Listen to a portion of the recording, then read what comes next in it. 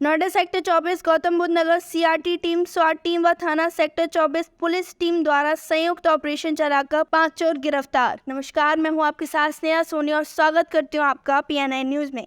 CRT team, स्वाट team व थाना sector 24 police team Noida commissionerate Gautam Buddh Nagar द्वारा संयुक्त ऑपरेशन चलाकर अंतर्राज्यीय व कुख्यात गिरोह की सरगना सहित 5 4 पहिया वाहन चोर गिरफ्तार व कब्जे से 17 4 पहिया गाड़ियां व 1 टैब रंग काला कलर कंपनी बेडस्टर, 1 टैब काले रंग का company Xtool, 2 tab charger, 2 coupler data high frequency searching device code, 3 गाड़ियां लॉक, 7 रिमोट चाबी, 26 साधारण चाबियां, 21 पैकेट विभिन्न गाड़ियों की सेंसर चिप, 2 पाने, 5 चाबियां, 1 सुम्बी, 2 हथौड़ी, 1 छेनी, 1 टी, 2 तार कटर, 1 रेती, 1 मल्टी प्लास, 1 साधारण प्लास, 2 टेस्टा, 1 हैवी मैग्नेट बरामद एवं बरामद गाड़ियों की अनुमानित कीमती करोड़ों रुपए में। और आपको बता दें, आरोपियों ने बड़ी शातिरता से अपराध किया है। दिल्ली, नोएडा, गाजियाबाद व अन्य स्थानों से 4 पहिया वाहनों की चोरी करते थे तथा इनके पास की प्रोग्रामिंग पैड होता था, जिसे ये ऑनलाइन मंगाकर प्रयोग कर गाड़ी की ECM मशीन को रिप्रोग्राम कर लेते थे, जिससे नया की मोड जनरेट करने के बाद गाड़ी की डुप्लीकेट चाबी बनाते थे। इसके बाद गाड़ी को 2-3 दिन के लिए एक सुरक्षित स्थान पर खड़ा करके उसके अच्छे से जांच करते थे। फिर गाड़ी की नकली नेम प्लेट और दस्तावेज बनवा कर बेच देते थे। तो कैसी लगी आपको जानकारी, कमेंट करके जरूर बताएं। चैनल को लाइक और सब्सक्राइब करना ना भूलें। ये एक वाहन चोरी का गैंग पकड़ा गया है। इसमें 5 लोग गिरफ्तार हुए हैं और विभिन्न प्रकार की गाड़ियां इससे बरामद हुई हैं, जिसमें 13 गाड़ियाँ तो कनेक्ट हो गई हैं और 4 गाड़ियाँ भी कनेक्ट नहीं हो पाई हैं, उनको हम कनेक्ट कर रहे हैं। और ये बहुत ही अच्छे तरीके से, मतलब ये एकदम एक्सपर्ट हैं। जो इलेक्ट्रॉनिक लॉक आता है उसको खोल करके और 5 से 10 मिनट में इसकी चाबी बना करके इसको चुरा करके ले जाते हैं। ट्रैकी भी करते हैं ये, और ये देखते हैं कि गाड़ी बहुत सेफ स्थान पे हो। और चूँकि अपने पूरे टूल्स भी रखते हैं, गाड़ी के नीचे लेट जाएंगे, वहाँ अपनी गाड़ी बगल में लगा लेंगे, उसको बनाने लगेंगे ताकि लोग को शक न हो।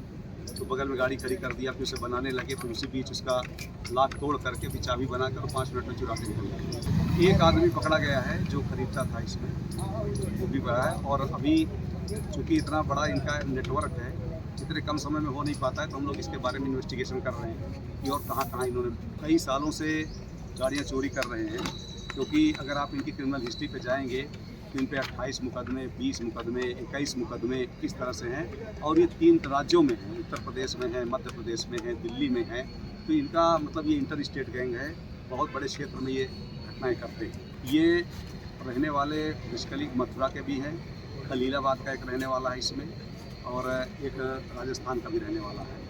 ये गाड़ियाँ जो लग्जरी गाड़ियाँ जैसे फार्चूनर है, क्रेटा है, ब्रेजा है, बेलेनो है, इस तरह की गाड़ियाँ, इसमें 13 गाड़ियाँ कनेक्टेड हैं, 4 अभी कनेक्ट नहीं हो पाएंगे। गैंग में और लोग शामिल हैं और उनकी भी हम इन्वेस्टिगेशन कर रहे हैं। गाड़ियों का नंबर तो ये चेंज कर लेते थे, कुछ का तो चेसिस नंबर, इंजन नंबर भी मिटा के कर लेते थे। कुछ जो गाड़ियाँ डिस्पोज हो चुकी हैं उनका भी नंबर ले लेते थे।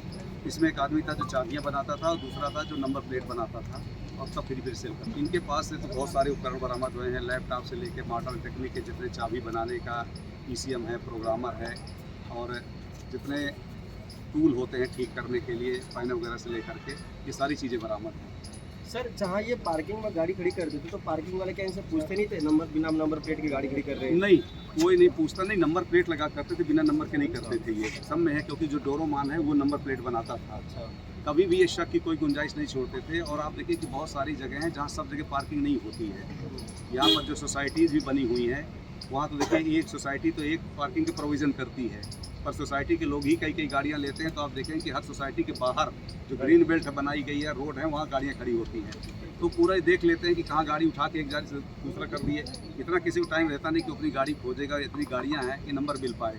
तो ये बहुत नंबर लगा के खड़ी करते थे, बिना नंबर की नहीं खड़ी करते। अब देखिए इस पर तो पूरा टोटल अभी नहीं है, इन्हें खुद ही याद नहीं है। जिसके 28 मुकदमे, 20 मुकदमे हो, उसे खुद ही याद नहीं है। अब इनका जो उससे मोबाइल से डेटा वगैरह है, उससे निकाल करके ही हम इसे पता कर पाएंगे।